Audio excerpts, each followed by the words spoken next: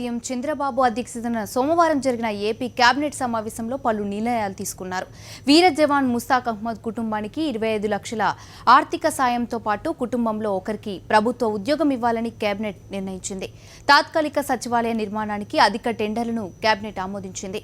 170 కోట్లకు గాను 201 కోట్లు చెల్లించేందుకు కేబినెట్ నిర్ణయించింది.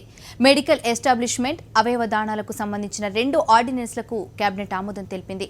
ఇసుక టెండర్లలో క్యూబిక్ మీటర్ 500 రూపాయల కంటే అధికంగా దాఖలైన టెండర్లను రద్దు చేయడంతో పాటు అతి తక్కువ క్యూబిక్ మీటర్కు 110 రూపాయల చొప్పున దాఖలైన టెండర్లను రద్దు చేయాలని కేబినెట్ నిర్ణయించింది.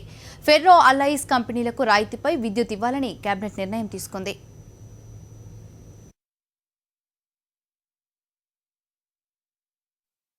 ₹3,500 వచ్చారు.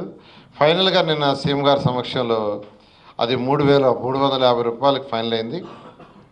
ఇది 17వ తేదీ మార్నింగ్ 8:23 యాక్చువల్గా శంకుస్థాపన చేయడానికి కూడా నిర్ణయించడం జరిగింది. 8:23 17వ తేదీ అంటే రేపు కాదు, ఎల్లుండు సీఎం గారి దానికి వచ్చి శంకుస్థాపన చేస్తారు. దానికి 4 నెలల్లో 6 లక్షల చదరపడుగులు చేయాలి. కాబట్టి అది కొద్దిగా ఎక్సెస్ అయినా, ఎందుకంటే వాళ్ళు అడిగిన దాంట్లో కూడా కొంత రీజనబిలిటీ ఉందని అనిపించింది. ఎందుకంటే 4 నెలల్లో 6 లక్షలు కట్టాలి. అది 2 ఫ్లోర్లు, 1 ఫ్లోర్ కూడా కాదు, 2 ఫ్లోర్లు. కాబట్టి దాన్ని యాక్చువల్గా ఈరోజు క్యాబినెట్ ఆమోదించింది. ఇది మొత్తం 201 కోటి.